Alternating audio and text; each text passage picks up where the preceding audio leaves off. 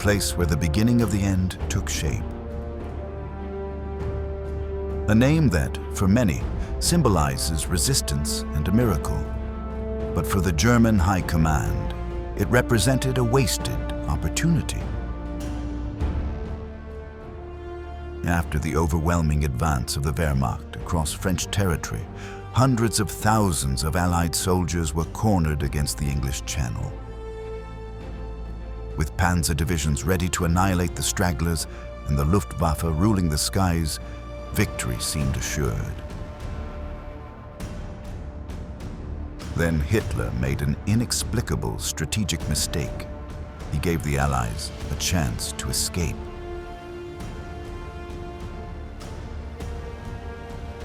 That blunder enabled the largest military evacuation in history. Operation Dynamo. More than 330,000 British and French soldiers slipped the noose, returned to England, and lived to fight another day.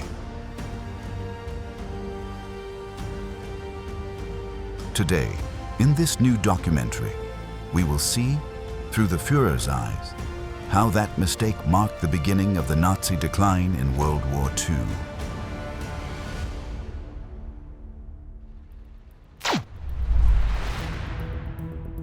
On the morning of May 10th, 1940, Europe trembled again under the roar of German engines. Within hours, the borders of Belgium, the Netherlands, and Luxembourg were crossed with lethal precision. Fall Gelb had begun, the operation that would showcase the new face of German warfare. Blitzkrieg. With this lightning war, tanks, aircraft, and motorized units raced like an electric current across the map. The objective was clear: break the Allied defensive lines before they could react. While the Allies expected a frontal attack like in the Great War, the Wehrmacht crossed the Ardennes, a region French strategists considered impenetrable. In just 10 days, the heart of the Allied front collapsed. The British and French armies were trapped in the north, pinned between German divisions and the sea. From headquarters in Berlin, the unthinkable became reality. The plan surpassed even the most optimistic expectations. Hitler and his generals had not expected to win so quickly, and above all, with so few losses. The German High Command had forecast a bloodbath drawn from the lessons of the First World War. They estimated between 500,000 and 1 million German casualties to conquer powerful France. The Führer pictured the French fighting to the last man, and the United Kingdom clinging to the continent. But this time, there was no mud, no endless trenches, no years of stalemate. The entire campaign, from the first bombing to the armistice, lasted barely 6 weeks.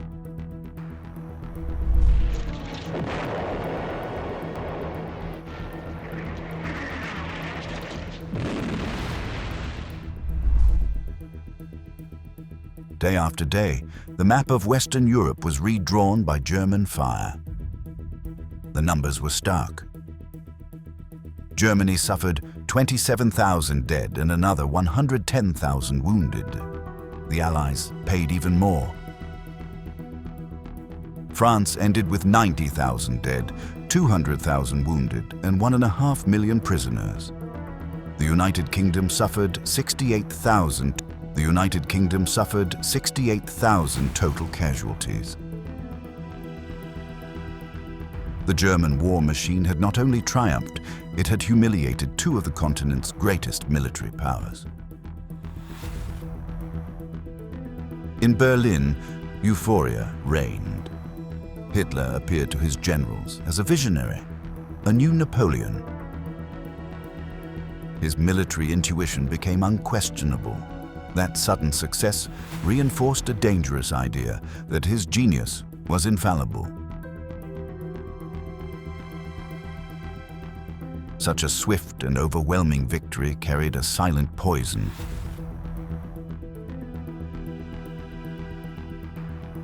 Overconfidence. It was this certainty that would later drive him to catastrophic decisions, attacking the Soviet Union without proper logistical preparation, underestimating the Western Front. At Dunkirk, the Wehrmacht could crush the heart of the British Army. It was within reach. In that moment of glory, the Führer hesitated. Achtung! Das Ziel im Raum von Dünkirchen ist erreicht. Alles ist angriffsbereit. Die Bomben sausen in dichter Folge zur Erde nieder. Der Feind darf nicht zur Ruhe kommen. Ein Stuka-Geschwader braust heran. Nazi propaganda boasted of an overwhelming superiority that did, in fact, exist. What it omitted was that on May 24th, in the middle of the offensive, an order arrived. Stop the advance of the tanks. Brief, precise, bewildering. With British and French forces falling back on the port of Dunkirk, the blade of the German sword halted just a few dozen kilometers from the final blow. The Wehrmacht, advancing like a storm of fire that devoured everything in its path, stopped. With that pause began one of the most debated decisions of the war. The order to halt at Dunkirk was Hitler's first major strategic mistake. He chose to follow his instinct.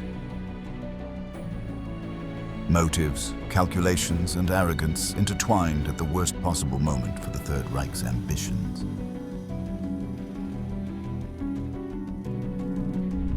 Panzerspähwagen erkunden, den anderen Truppen weit voraus, die Küste in Richtung auf Dünkirch. Immer enger schließt sich der Ring um diese letzte Bastion des Feindes an der flandrischen Küste. Französische Divisionen verteidigen verbissen jeden Meter Land, um den Rückzug ihrer englischen Bundesgenossen zu decken. Die englandhörige französische Plutokratenklicke opfert das Blut des französischen Volkes für die Interessen der englischen Lords. Why did Hitler order the halt? Several reasons converged.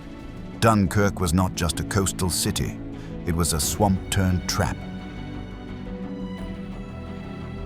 The flat, waterlogged terrain had been intentionally flooded by the Allies to slow the German advance. The lowlands of northern France became a maze of water, mud, and canals, where tanks could be caught as easy prey.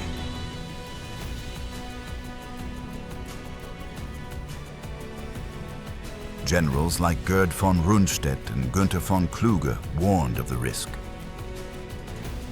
What sense was there in sending valuable panzer divisions into ground where they could not even maneuver? For them, the risk outweighed any immediate reward.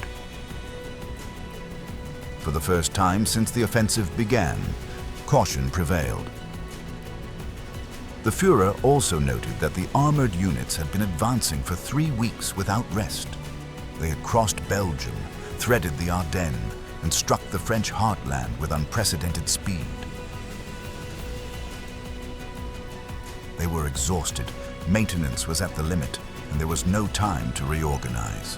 The war was not yet won. Paris still held. In the south, entire French formations had yet to be engaged.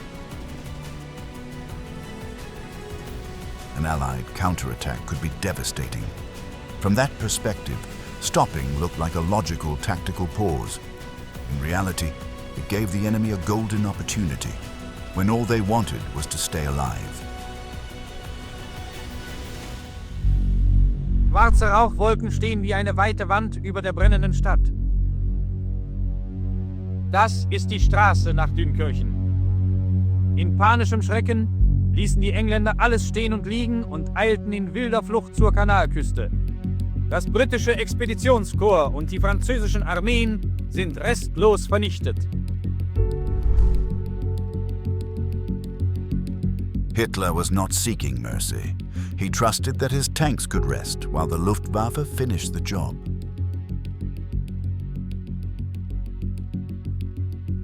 Hermann Goring, commander of the Nazi Air Force, assured the Führer his men could handle the remnants of the Allied army.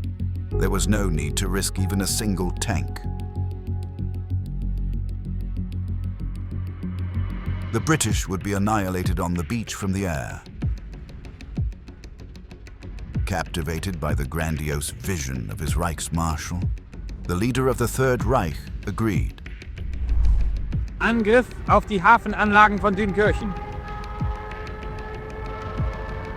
Ein Engländer wird gestellt. Faith in Germany's powerful bombers tipped the balance as the decision to halt the land advance split the Nazi high command. Conservatives like von Rundstedt supported Hitler. Bolder figures, such as Heinz Guderian, father of Blitzkrieg, could not fathom stopping when total victory was within reach.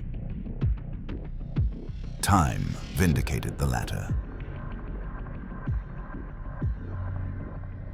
The notion that the Allies could not organize a massive evacuation proved disastrously wrong. Underestimating them and believing the soldiers trapped in Dunkirk were prisoners without a future was a major mistake. Kampfflugzeuge greifen mit MG-Feuer ein. Schwer getroffen. Eine B-Stelle an der Küste beobachtet die Flucht der feindlichen Flotte. Englische Zerstörer versuchen, die fliehenden Transporter zu decken. Deutsche Flak ist schnell zur Stelle. Überall wird blitzartig zugeschlagen und der Gegner immer mehr in Verwirrung gebracht. On May 26th, German binoculars picked out an odd sight from the heights east of Dunkirk. A scattered armada of civilian boats, fishing vessels, ferries, launches, and improvised freighters coming from the far side of the channel. The evacuation had begun. Its name, Operation Dynamo. For the Germans, this was unthinkable. For the British, it was the only way. From Luftwaffe headquarters, Goring stood by his promise, annihilate the trapped Allies without using a single tank. For 9 days, the sky over Dunkirk burned.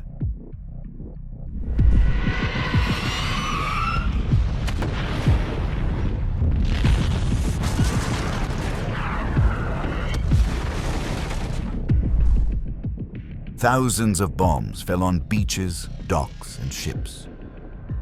The Stuka's scream became the soundtrack to the catastrophe Hitler expected. But events did not unfold as the Reich imagined.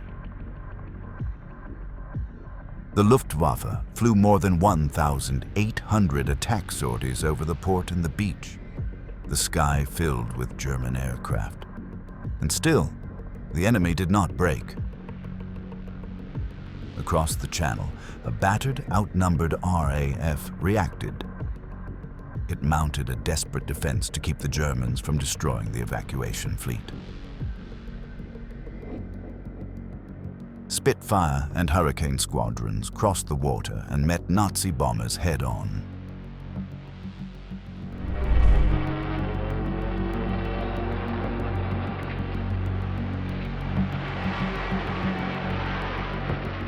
Nach dem Kampf. Diese englischen Jäger sollten den Rückzug der feindlichen Flotte gegen die deutschen Kampfgeschwader sichern. Sie alle wurden Opfer der deutschen Stukas. At times, the British struck with precision. Stukas, so lethal against ground targets, became easy prey in the air. Slow, predictable, vulnerable. Agile British fighters cut them down one by one. The German High Command struggled to understand. The enemy resisted beyond any logic. Then the weather turned against Germany as well. Fog over the channel, low cloud, and sea haze hampered German bombing runs.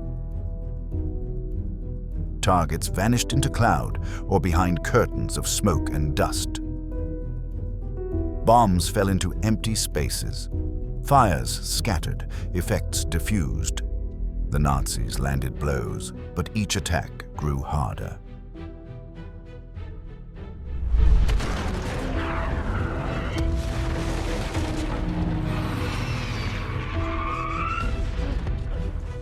To make matters worse for Hitler, British coastal radar stations provided early warning of incoming German formations. Outnumbered as it was, the RAF knew exactly when and where to intercept. It was as if Dunkirk itself was speaking. They knew the ground. Their systems covered them. They were fighting for their lives. Pilots of the Third Reich sensed the change. They were no longer facing disoriented French conscripts. Now they were meeting a fury that was precise, coordinated, calculated. Allied anti-aircraft fire added to the defense, from ships and improvised batteries ashore. Even civilian boats carried borrowed guns. Every Luftwaffe advance exacted a higher price, yet the transports kept coming. They did not stop until the last man left the beach. A miracle. For 9 days, the sky over Dunkirk burned, but no Nazi victory rose from the flames. Nazi propaganda refused to admit it. Hier versuchten die Engländer, Autobrücken ins Meer zu bauen, um die auf Reede liegenden Schiffe zu erreichen. Es war der letzte Verzweiflungsschritt der völlig aufgeriebenen englischen Verbände, die schließlich nur noch das nackte Leben retten wollten. Diese Tatsachen stehen unwiderleglich den englischen Lügenmeldungen gegenüber, die von geordnetem und verlustlosem Rückzug der feindlichen Truppen zu berichten wussten. In Berlin, reports contradicted themselves. They spoke of massive destruction, yet the number evacuated kept climbing. First 30,000, then 80,000, then 200,000. In the end, more than 330,000 men got out of Dunkirk. A force that would, months later, return to fight the Reich. The Luftwaffe, meant to seal the tomb of British resistance, failed. The Wehrmacht, able to crush the enemy on land, never received the order to advance. The silence of German engines became the soundtrack of the Allied escape. After the failure, the Nazi High Command felt frustration and bewilderment in equal measure. In Berlin's corridors, the sense was of an incomplete triumph that let the enemy regroup and prolong the war.